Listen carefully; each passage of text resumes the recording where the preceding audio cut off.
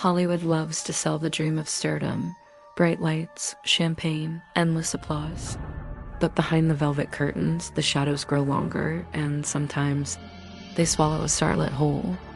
Tonight, we return to the story of Elizabeth Short, the young woman the world would come to know as the Black Dahlia. But this isn't about the crime itself, it's about her circle. The people who brushed against her life in those last fragile days. Elizabeth lived in motion. 1 week in San Diego, the next in Los Angeles, often sleeping on borrowed couches, sometimes in borrowed beds. And along the way, she crossed paths with men and women whose names would echo long after her death. There was Mark Hansen, the wealthy nightclub owner. He gave Elizabeth a room in his home for a time. He was powerful, connected, and used to getting what he wanted. But Elizabeth turned him down. Some say his rejection burned, and when the Dahlia case broke, Hansen's name sat in the police files, though he was never charged. Then there was Red Manley, a traveling salesman.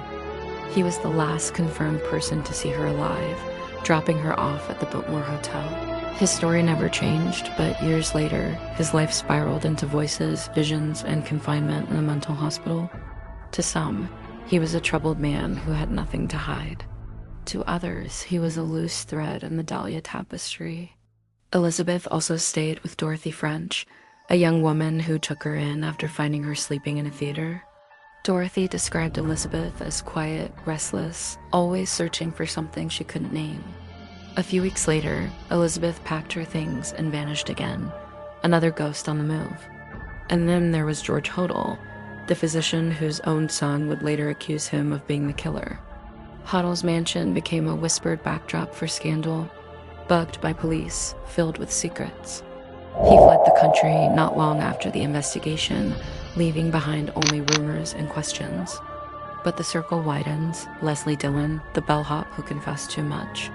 Joseph DeMay, the soldier who claimed to know her final hours but was proven false.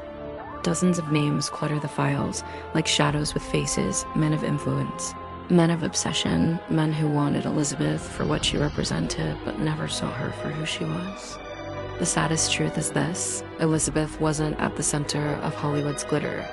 She was on the margins, caught in a web of nightclub owners, salesmen, and powerful men who could make promises by night and bury them by morning. And somewhere in that circle was the person who made sure her story would never have a Hollywood ending. To this day, whispers linger at the Biltmore Hotel, where she was last seen alive. Guests report a pale woman in black drifting through the lobby, waiting. Perhaps for a meeting, perhaps for a second chance, or perhaps for the truth.